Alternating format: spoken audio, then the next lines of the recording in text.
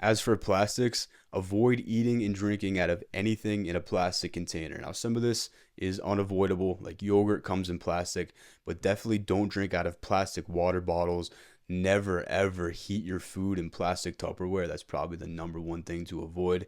And there's also microplastics that are in a lot of personal care products like your shampoo, your cologne, your conditioner, all these types of things. So you want to make sure that all of your personal care products, your shaving cream, is free from parabens and phthalates. So some safe brands that I recommend are Shea Moisture for shampoo and conditioner, and Dr. Squash for body wash. So that's for plastics. For pesticides, these are a bit tougher, but you want to, number one, try to buy all of your produce, so your fruits and vegetables, organic, because they're not supposed to use pesticides on organic produce.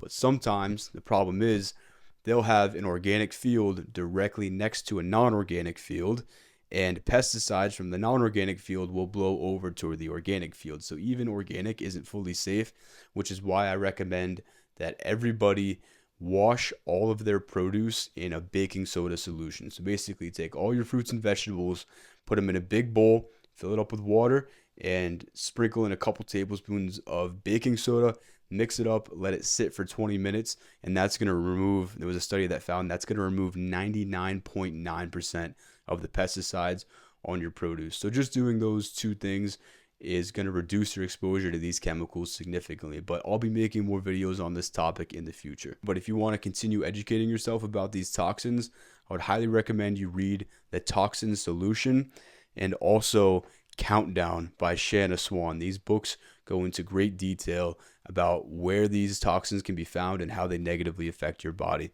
Another lifestyle factor that commonly gets overlooked is not to live a sedentary lifestyle. And I'm sure you've heard this before, but a lot of guys will just go to the gym for an hour and then spend the rest of the day sitting at work, watching TV, just sitting all day. I mean, I'm even sitting now as I make this video. But the problem with sitting ties into another lifestyle factor is your testicular temperature. Now, your testicles are inside of your scrotum because they need to be at a temperature that's lower than your core body temperature to produce sperm and testosterone optimally. So when your testicles get too warm, your scrotum extends to keep them cool. But when you sit all day, your testicles have no escape between your thighs. So you want to make sure that you're up and moving throughout the day.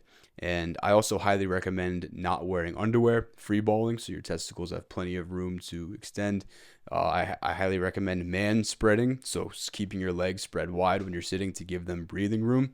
But the other thing about living a sedentary lifestyle is you aren't getting any blood circulation throughout the day. So by just getting up and doing some air squats, going for walks, you're improving blood circulation throughout your entire body, which is great for your brain, your heart, for everything, but it also delivers blood to your testicles so that they can get all the nourishment they need to maximize testosterone production. So to kind of sum that up, aim for 10,000 steps per day of walking. Don't sit for more than an hour or two at a time without getting up and moving around. And don't wear underwear. And if you're going to wear underwear, this kind of goes back to the endocrine disruptors, but make sure they're loose fitting so they aren't cinching your balls up to your body and keeping them warm. And make sure they're made out of bamboo or cotton, because polyester underwear is made from plastic, and those microplastics can actually get into your testicles. So avoid polyester underwear as well. If you really want to take it to the next level, you can actually ice your scrotum. So put some ice or cold water from the shower, from your balls, when you get out of the shower to keep them cool throughout the day. Probably not going to have a huge effect, but it can't hurt. But this last one has more of an effect than I think most men realize, and that's having a purpose in life. Testosterone,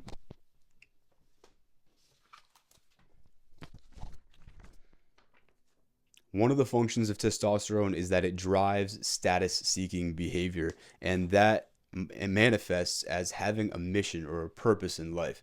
But this goes beyond just your own testosterone production. I think every man should feel compelled to make the world a better place and enjoy what he does. If you're just droning along in some job or career that you hate just to pay the bills, or you don't really have a sense of direction in life, I have a theory that this leads to lower testosterone because you aren't making something of yourself. Like throughout all of human evolution, men have been, on the frontier, pioneering, making things happen for their tribe and going out into the world and contributing to their tribe and essentially like fucking the world. They're getting out there and making something of themselves.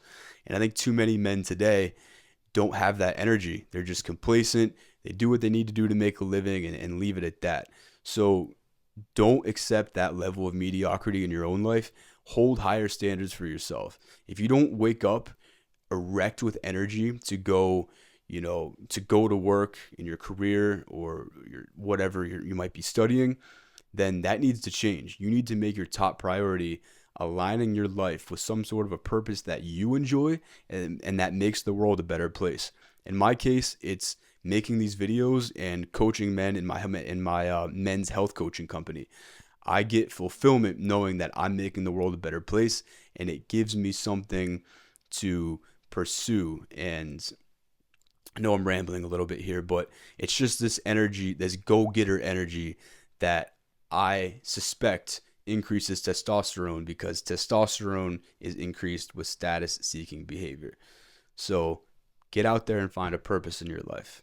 So to bring this video full circle, the reason why just going to the gym is not enough to optimize your physique and also live just a great life as a man as a whole is because testosterone is crucial for optimal body composition, building muscle and losing fat, but it's also crucial for your mental health and your sense of well-being in life.